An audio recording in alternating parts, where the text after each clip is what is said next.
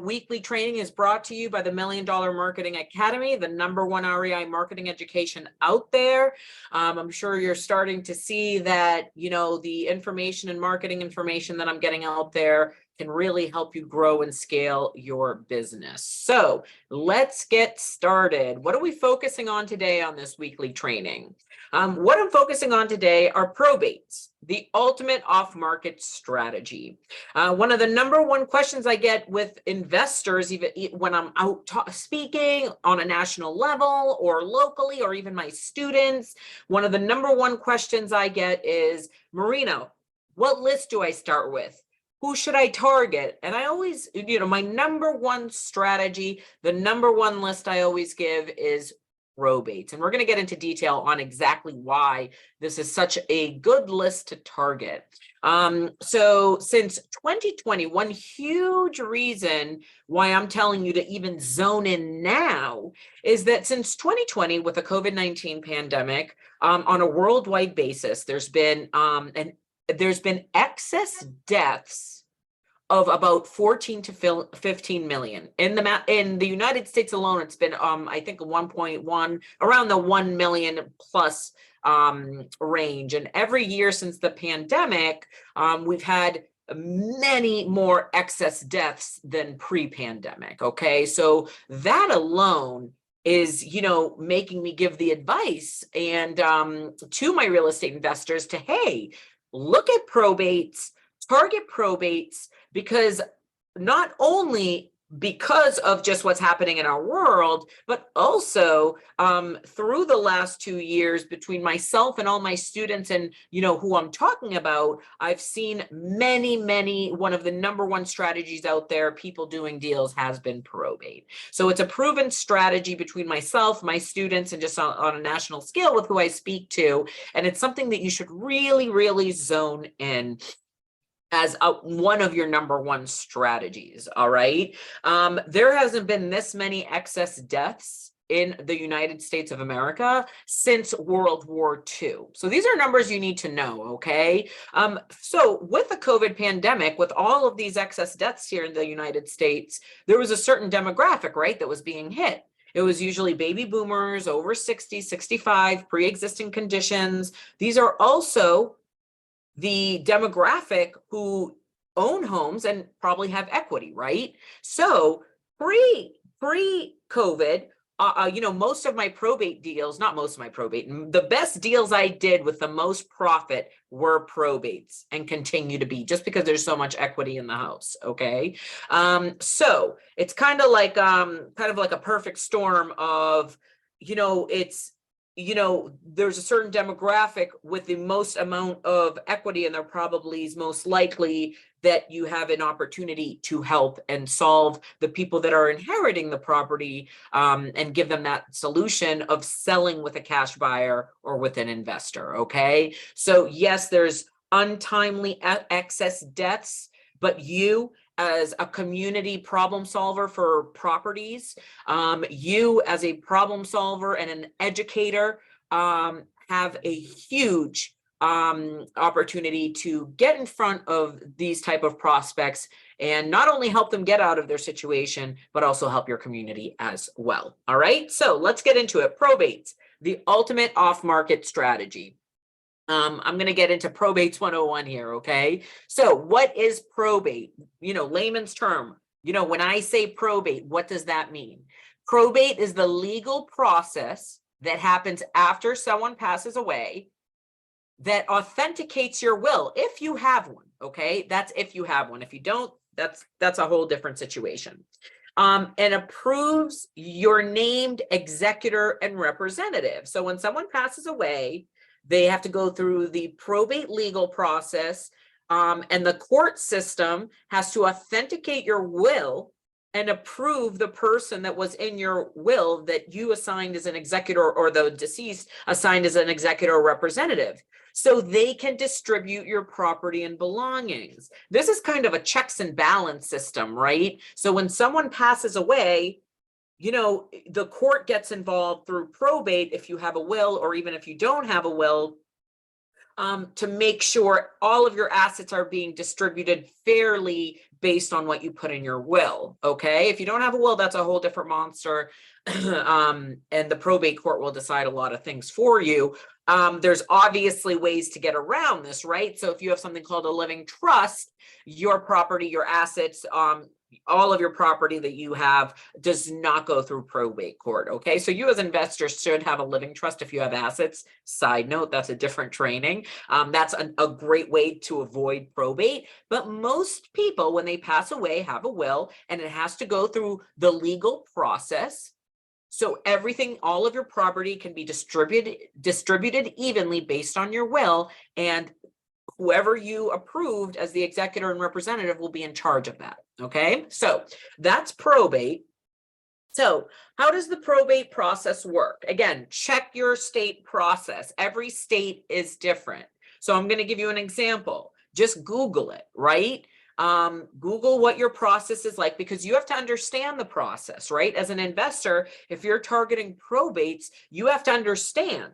So when you're talking to these motivated sellers, and you want to know what part of the process they're in the probate process. Okay, so for example, let me give you the example Massachusetts probate process. Number one, you contact the court and file a petition with the probate court to open the estate. So you're starting the probate process with the court. Number two, whoever's on the will is appointed as a personal representative or executor, right? Whoever the deceased put on the will to be in charge of their, kind of dividing the assets will be appointed as the personal representative. Submit will if it exists, which is great because the will kind of determine where everything goes. So it's kind of easy for the executor and representative to do that. If there's no will, then the court will appoint the representative. It's so, there's a lot of cases where there wasn't a will, the court appointed a representative or executor based on the information that they had. Number four, inventory and submit valuations of relevant assets. This could be anything, right? But what we're looking for is real estate, right? The inventory and valuations of relevant assets. So you file the probate petition, you get it in court, you get appointed as the personal representative, you submit the will if it exists, you take an inventory and submit the valuations of the assets, and then you have the court and beneficiaries approve. Okay, beneficiaries. Just because someone's the executor, there could be like 3 beneficiaries, right? It could be like I'm the third in line, right? Let's just say my mom put me as the executor of the estate. There would still be my 3 other siblings as beneficiaries as well. And the court and the beneficiaries all have to approve, the inventory and the dividing of the assets, okay? And then finally, you distribute the assets to the beneficiaries, okay? So that's basically our Massachusetts probate court. Why it's important, why this is important is because you want to, so for example, if you're talking to a motivated seller, they're calling you, right? You can say, hey, have you already filed a petition with the probate court? Oh yeah, we already did that. Great. Did you get appointed as an executor yet? These are great follow-up questions, because then you'll be able to see what part of the process that you are that they're in, which is great, right? And I'll give you the timeline in a minute. But know your state probate process. It's so important to know what part of the timeline your prospect or motivated seller that's calling you is in. Okay, so for example, how long is the probate process? Again, check your state process. Okay, typically in Massachusetts, on average, it takes anywhere from 9 to 12 months for that whole process to go through. Of course, if there's very few assets or just one house, it could take anywhere from 3 to 6 to 9 months, right? But on average, if you take all probate situations, it's taking approximately 9 to 12 months in the state of Massachusetts.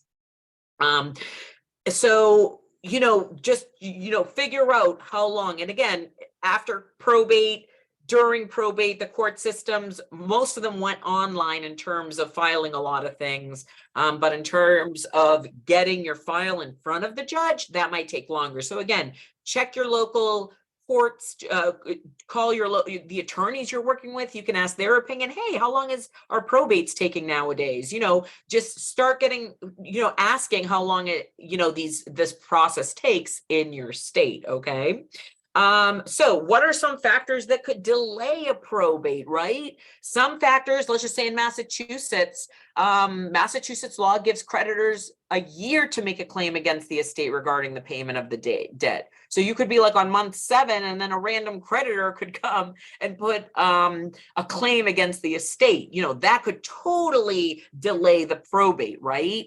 If the deceased doesn't have a will, it could take months to determine and locate the heirs. One of the best probate deals we ever did was we came at the very tail end. This was like a 10 to 12 year probate situation that was going on because there were 18 beneficiaries from all over the United States. And, they all didn't agree with the sale of the property, but we somehow came in towards the tail end of the probate when they had all agreed. There'd been many investors through the 10 years that tried to hold on, but we somehow, again, it's all timing, right? So we came when they all kind of signed off on it. It took us a while to even get to the closing table because it took so long to get all these signatures and everything. But if somebody didn't leave a will, it could take months and even years or decades in this case. That's a very special case, but and again, there's situations where beneficiaries just don't agree, and you can't sell the property until everybody signs off. So anyways, that's another delay as well. Disagreements over the validity of the will, that could throw a huge monkey wrench in the probate process, right? When it's not immediately clear what property is owned, and you kind of have to go be Sherlock Holmes and be a detective on what the deceased owns because it's not listed in their will, right? So for example, what I have done for me and my husband and my kids is I have a detailed Excel spreadsheet where all of our assets are in one spreadsheet, what company or trust owns it, all of the necessary paperwork, if there are any banks, mortgages, everything is in one area. So if anything were to happen to me or my husband, our attorney has access to this spreadsheet. So whoever we have named, to kind of take over our estate would get this spreadsheet and just kind of go down the list in that way, So it's really important to be, again, side note, different training. It's very important that, God forbid anything happened to you, that everything is in one organized, or you can just list it as an addendum, in your will. Like, these are all the properties I own, what trusts own them, if there's any mortgages, whatever it is, right? Just make it organized that if, God forbid anything does happen to you, you're protected as well. All right. So those are some factors that can delay a probate, one of many, okay? But on average, it's going to take about 9 to 12 months in Massachusetts, but check your state process, okay? So why are probates an ultimate off-market strategy? It's exactly what I just told you about. If you understand the probate process, what that really means for you as an investor is timeline, time. You have to think of it in terms of time. So I made a small timeline on, kind of the probate process and when the sellers are either most motivated, or when I have seen through the past 2 decades, they're most motivated to sell. So let's take a look at this chart.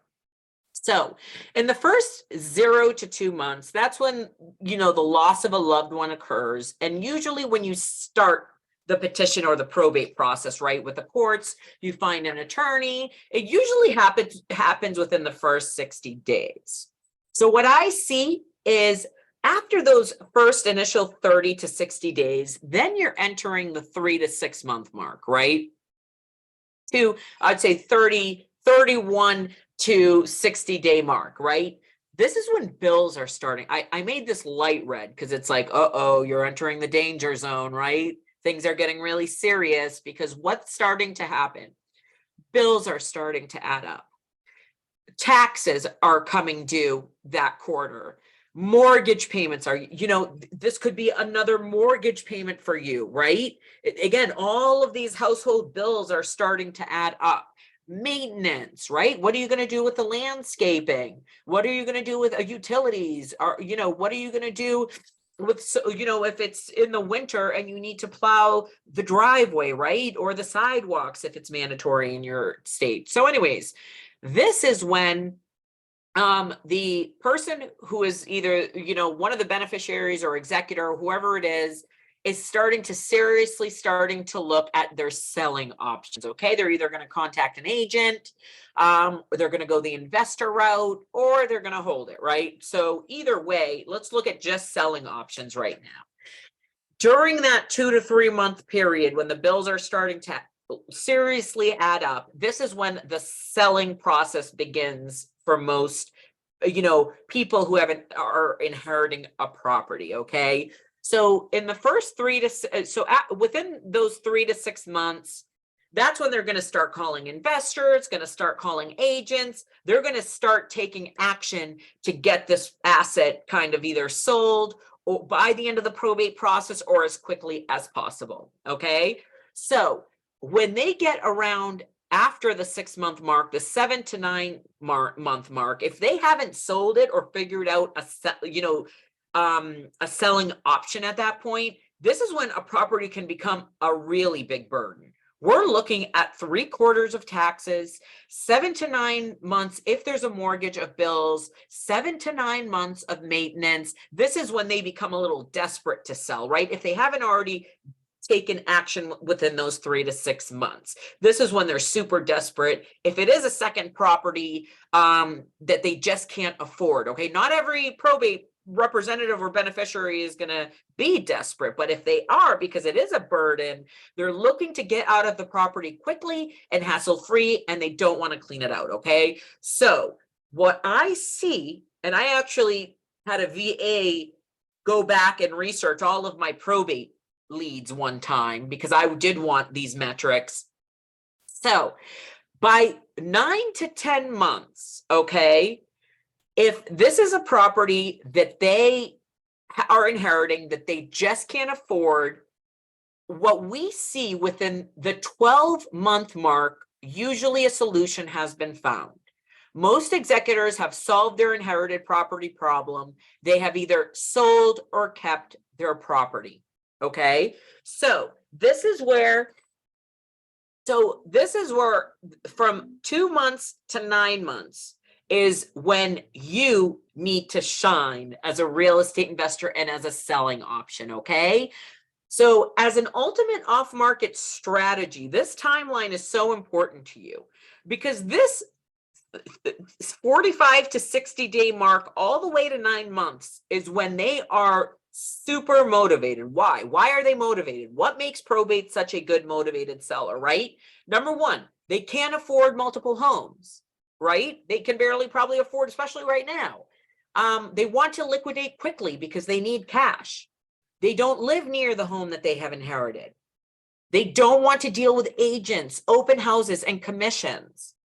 They don't want to deal with clean out, repairs, and unwanted items.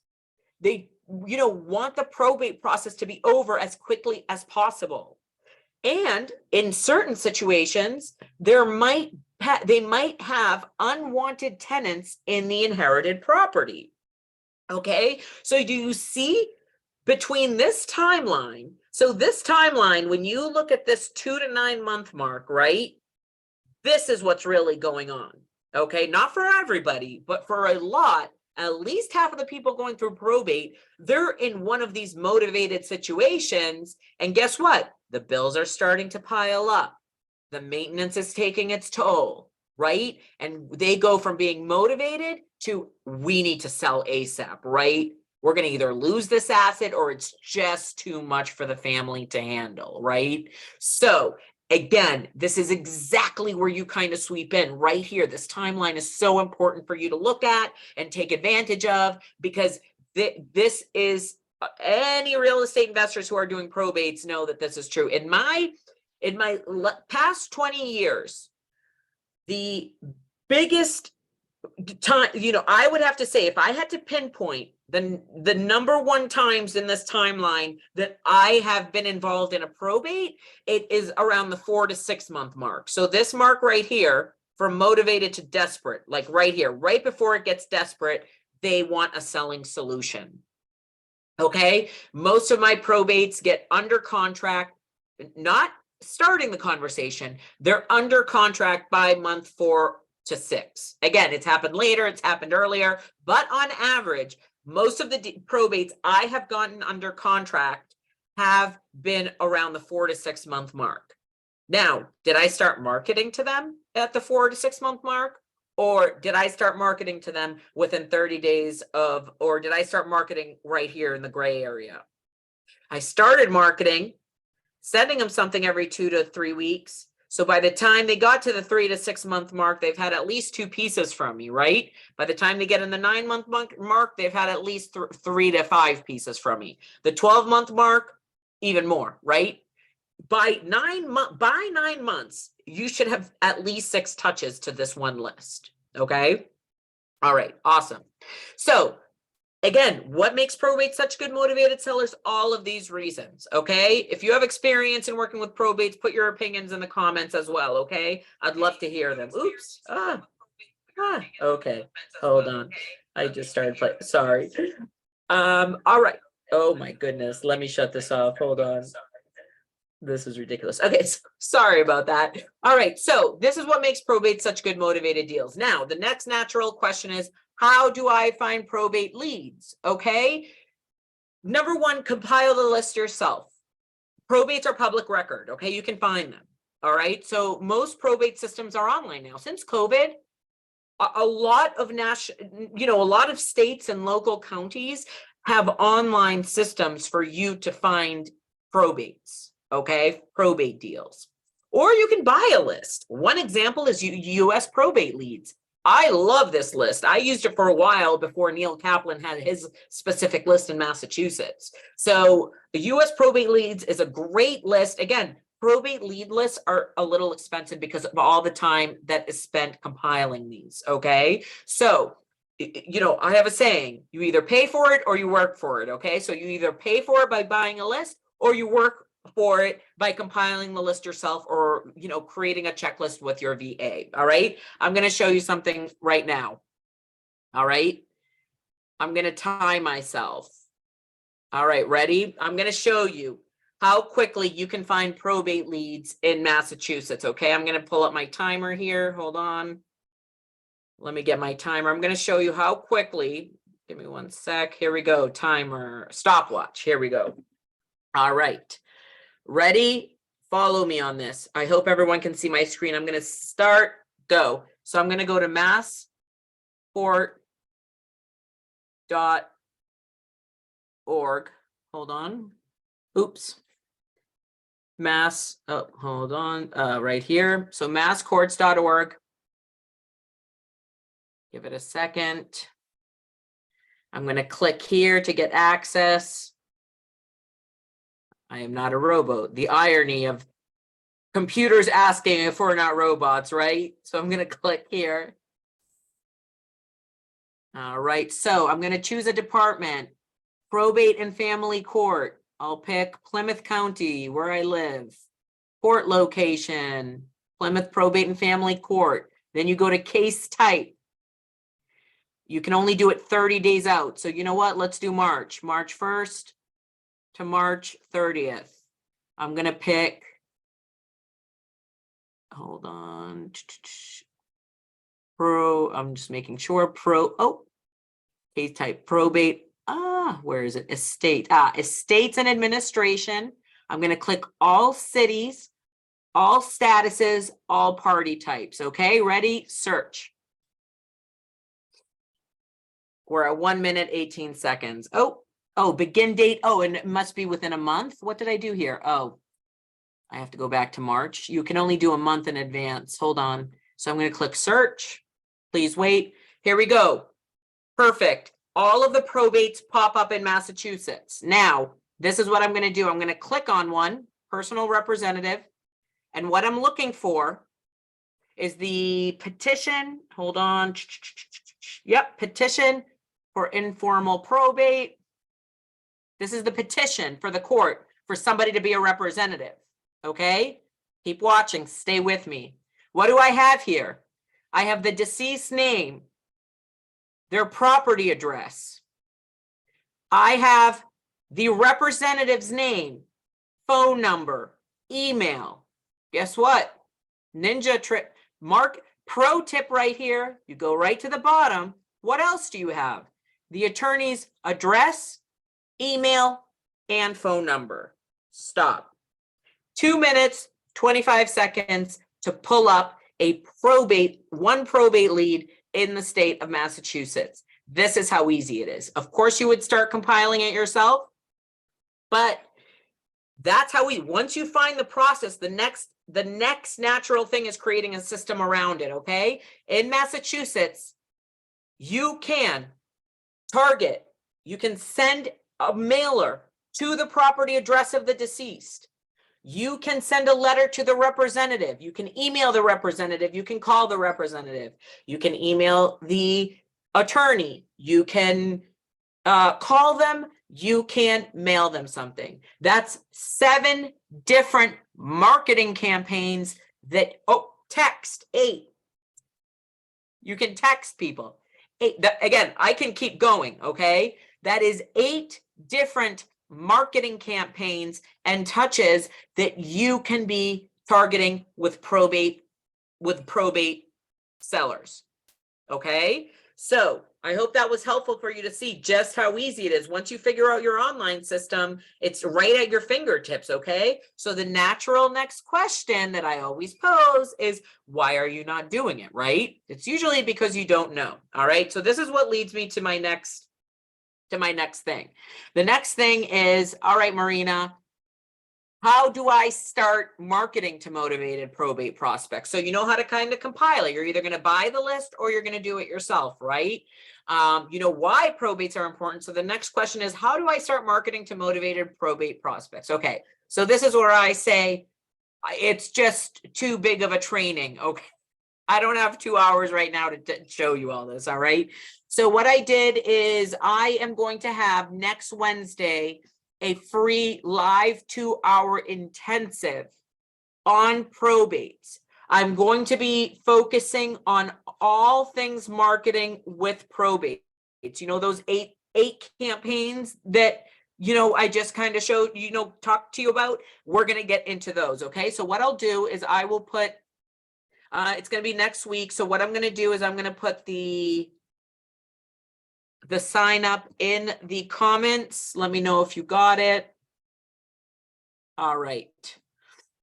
Here we go. So all things probate next Wednesday at 12 o'clock. It's a 2-hour intensive. I would probably leave a half hour to an hour after that. I tend to, if I'm in the zone, I tend to go a half hour after that. But I'm going to try to keep it to 2 hours. We're going to get really in the nitty gritties of, you know, how to generate high quality leads in a probate marketing. But more specifically, we're going to look at least 10 ways, 10 marketing 10 ways you can present your services to probate sellers where they're willing to work with you. And I'll go over, you know, the things that have worked for us and just go over a ton of marketing strategies, at least 10 marketing strategies that you can get out the door and target probates. Okay, so what I'm going to do is you can definitely sign up for that. But what I'm going to do is I'm going to, hold on. I'm going to see if there are any questions. All right, so any questions whatsoever, let me know. I highly recommend you sign up for this boot camp. It's going to be probably one of the best boot camps that you're going to go, okay, in terms of how to market to probates. All of my students can tell you on this page that any training that I do is as specific as you can get. And as you know, my goal is one thing and one thing only. There are no secrets to success. There are systems to success. So what I'm going to do is I'm going to focus on, hey, you creating, you know, the right probate systems, right marketing probate campaigns, so you can put it on autopilot so you can get your phones ringing with very highly motivated probate